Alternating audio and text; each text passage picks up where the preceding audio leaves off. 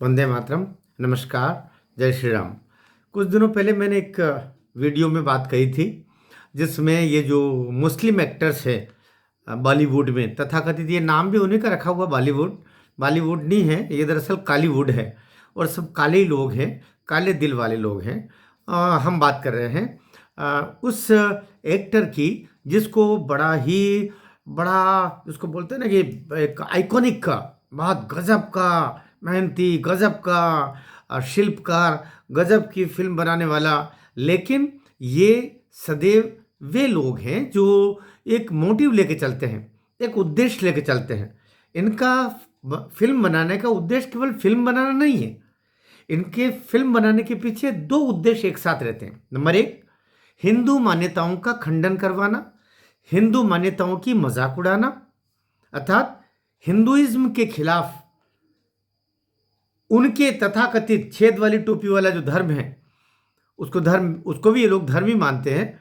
उसका उसको उसको कहीं ना कहीं स्टेब्लिश करना, उसको स्थापित करना।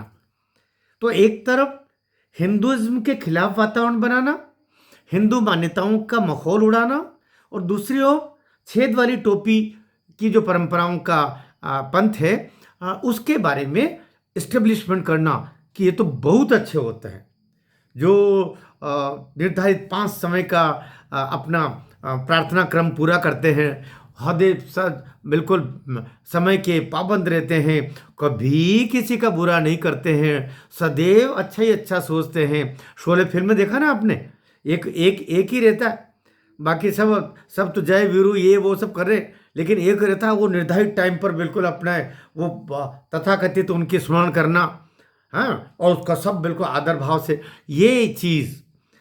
तो अभी एक जो जिसको बड़ा ही आइकॉनिक अभिनेता माना गया है, एक्टर माना गया है, हीरो तो मैं बोलता नहीं भाई, हीरो तो पृथ्वीराज चौहान थे, शिवाजी महाराज थे, महाराणा प्रताप थे, हमारी नायिकाएं रानी दुर्गावती जी थी, लक्ष्मीबाई जी थी। तो ये नहीं, ये तो केवल नचइये गवैये है, क्षमा करना, इनको नचइये वगैरह बोलते हैं तो बड़ा बुरा लगता है। अब नचइये नहीं बोलेंगे तो क्या, पैसों के लिए नाच देना, पैसों के लिए बहू और ससुर बेटा एक साथ कर रहे हैं, है ना। ऐश्वर्या के साथ हमने अमिताभ बच्चन और ऐश्वर्या अभिषेक बच्चन को देखा ही है, कुछ तो भी हो रहा है।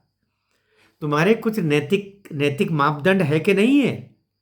तो बहरहाल हम बात कर रहे हैं एक जो कयामत से कयामत तक फिल्म बनाई, 1984 में फिल्म आई, ये उसके पिताजी ने बनाई थी। पिताजी का नाम था ताहिर हुसैन, नामी डायरेक्टर, नामी सब कुछ, अपना ताम जाम सब अच्छा सा रखा हुआ। उसी की ये संतान रही आमिर खान। आमिर खान को जो मौके दिए, एक के बाद एक मौके, कयामत से कयामत तक आई, उसके बाद अन्य ने फिर फिल्में भी आई, फिर इन्हीं साहब ने बनाई थी लगान, है ना। जब यद्यपि पिताजी उस समय भी जीवित थे तो पीछे तो सारा काम वो करते रहे होंगे, लेकिन प्लस हो गया, एक दफे चेहरा दिखाई दे गया फिल्म इंडस्ट्री में दुनिया के सामने, और मोटिव सीधा साफ था, उद्देश्य क्या था एकदम साफ था। इसी समय देखिए आप कि 1984 में इनकी फिल्म आई, और ठीक 2 साल के बाद में रीना दत्ता पहली शिकार हुई। मैं शिकार शब्द ही बोलूँगा। रीना दत्ता भी साथ में काम कर रही थी, इन्हीं के ताहिर हुसैन जी पिताजी इनके आमिर के, उन्हीं के एस्टेब्लिशमेंट में प्रोजेक्ट में काम कर रही थी, फिल्मों में साइड वाइड आना जाना, ये वो छोटे मोटे रोल, ये सब में रीना दत्ता पहली शिकार 1986 में वो फंसी। क्या कोई मुस्लिम अभिनेत्रियां, मुस्लिम वर्कर्स, मुस्लिम तुम्हारे संगी साथी उस बड़े प्रोजेक्ट में, फिल्म इंडस्ट्री में तुम्हारे साथ काम करने वाले नहीं थे? होंगे, लेकिन उससे हमारा गजवाए हिंद का लक्ष्य पूरा नहीं होता ना।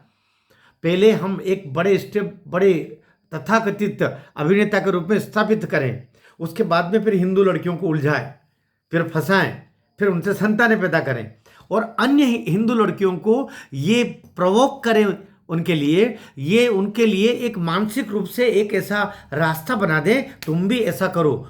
तुमको आमिर खान नहीं बन रहा है तो मोहल्ले का कोई ना कोई आमिर खान तो मिल ही रहा होगा, तुमको आजू बाजू घूम रहा होगा, वो किराए की मोटरसाइकिलें लेकर के, जिनको तथाकथित उनके पूजा स्थलों से 5 लाख, 2 लाख, 7 लाख मिलते हैं हर लड़की को फंसाने के। तो रीना दत्ता पहले फंसी 1986 में। रीना दत्ता 2002 तक, अर्थात वो लगभग 15-16 साल तक जीवन का जो बड़ा बड़ा महत्वपूर्ण क्षण होते हैं, ये 16 साल की, 18 साल की थी, 18 साल से लेकर के तो ये करीब 34-35 साल तक, अर्थात वो 2002 तक, तो 16 साल तक, 14-15 साल जितने भी हम कह दें, 15-16 साल जीवन के, जब वो 32 साल की हो गई तो उसको निकाल बाहर किया और उसके गोद में डाल दिया एक आयरा खान, एक जुनैद खान, एक लड़का लड़की गोद में डाल करके, 2 खान डाल करके, और निकल लिए दूसरी की तलाश में। यही तथाकथित बड़े आइकॉनिक हीरो ये निकल पड़े एक दूसरी हिंदू लड़की को फंसाने के लिए। दूसरी लड़की भी 1-2 साल के इंतजार में फिर वहीं मिली, क्योंकि इर्द गिर्द घूम रही थी, और हीरो साहब आ रहे हैं उधर से, उन्हीं का खा रहे हैं, इस्टेब्लिशमेंट भी उनका ही है, उन्हीं की देख रेख में दाल रोटी चल रही है। तो किरण राव जी फंसी, वो चश्मे वाली, ध्यान रखिएगा, वही किरण राव जिसने कहा था कि मेरा तो इस देश में मन नहीं लगता, हम कहीं चले जाएं, लेकिन बाद में एक कहीं चले जाए की जगह किसको छोड़ के गई ये सबको पता है। किरण राव 2005 में फंसी, 2021 में इसने भी टाटा बाय बाय, इससे भी कर लिया गया। दे लेकर पैसों की कौन सी कमी है, पैसा तो है ही सही, उद्देश्य अपना पूरा हो रहा। हिंदू लड़कियां आ रही है, हिंदू लड़कियों की कोख में अपना बीज डाल करके, और एक और इससे भी पैदा हो गया किरण राव, आज़ाद खान भी रहा, आज़ाद खान, और उधर का जुनैद खान और एक आयरा खान, ऐसा 2-3 ये खानों को लेकर के, और 2021 में इससे भी टाटा बाय बाय कर लिया। 2-3 साल तक, फिर 2-3 साल का गैप रखता है दूसरे को फंसाने के लिए। फिर हमें लगता है कि तीसरी किसी इसी के समाज की, इसी के पंथ की होगी, भाई धर्म तो मैं बोलता नहीं, छेद वाली टोपी का मामला। तो फिर एक हिंदू लड़की फंसाई, रीना दत्ता पश्चिम बंगाल से, किरण राव दक्षिण भारत से, गोरी स्प्रेड बंगलोर से। इस लड़की को अब उलझाया है, और इसके साथ ये बोला जा रहा है कि रीना दत्ता से तो मेरा प्रेम था, किरण राव से भी मेरा प्रेम था, अब गोरी स्प्रेड से भी बहुत प्रेम है, मैं उससे प्रेम से जुड़ा हुआ हूं, मैं दिल से इससे निकाह कर शादी कर ली। शादी शब्द तो इनकी होती नहीं है, इनको तो निकाह होता है, और निकाह एक समझौता है। कौन से काम का? उस काम का एक समझौता है जिसके लिए बोलना, हम लोग अच्छे लोग तो उसको बोलना भी पसंद नहीं करते। देश शोषण का एक अधिकार, तो वो होता है उसमें, और वो एक तथाकथित तो कुछ लेन देन हुआ करके वो हो गया। तो अब ये गोरी स्प्रेड के से स्प्रेड होगा, ये स्प्रेड से जो स्प्रेड होगा वो क्या होगा? इस्लाम होगा, गजवाए हिंद होगा। अभी ये एक लड़के की बच्चे की माँ है, उसको भी धीरे धीरे से इस्लाम का अनुसरण करवा दिया जाएगा, और ये तो जो निकलेगा वो तो खाने निकलेगा। हो सकता तैमूर निकल जाए, हो सकता और कोई उससे भी बड़ा कोई तैमूर तो वो उसने पैदा किया। उधर भी देखो आप, उधर कौन कौन से थे। सैफ अली के पिताजी ने भी, जो एक आंख उनके भी कहते हैं कि बकरी की लगी हुई थी, लेकिन उनको शर्मिला दिख गई। शर्मिला टैगोर, पश्चिम बंगाल की टैगोर परिवार की, जिन्होंने रविन्द्रनाथ टैगोर परिवार की लड़की, उसको फांसा, उनको भी हिंदू मिली। फिर उसके बाद में उनका लड़का सैफ अली, पिताजी जैसी आंखें, इसने 1-2 कर चुका। अमृता सिंह को जहर बना दिया, अमृत, और अभी करीना से तैमूर लंग हो गया, और एक और तैमूर लंग की बात कहते हैं, एक और बिलंग कोई और हो रहा है या हो चुका है, लेकिन हमारी जानकारी के हिसाब से तो भाग चुकी हो। लेकिन जो होना है वो तो उसी का कहलाएगा, भले वो भाग जाए तो क्या अंतर पड़ता। तो ये है कि मेरा कहने का, मेरी चिंता का ये कि ये हिंदू लड़कियां कब समझेंगी कि तुम्हारी कोख से जो एक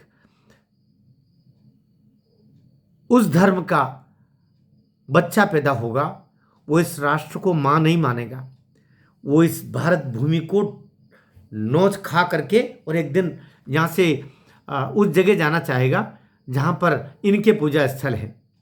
और जो धर्मांतरित होते हैं वे कहीं के नहीं रहते, वे सच्चे न कभी हिंदू तो रहने का प्रश्न होता नहीं, वे सच्चे मुस्लिम भी नहीं बन पाते, कट्टर जरूर बन जाते हैं, और फिर कहीं के नहीं रहते। इसलिए सावधान, सावधान रहने के लिए, क्यों अभी तीसरे की तलाश में। गोरी स्प्रेड, गोरी, एक शाहरुख की भी गोरी, एक इनकी भी बन गई है गोरी, लेकिन ये अभी शादी हो उससे पहले सावधान हो जाए तो कितना अच्छा, वरना विश्राम तो होना ही है और विश्राम में विष होता है, इसका ध्यान रखेंगे। भारत माता की जय।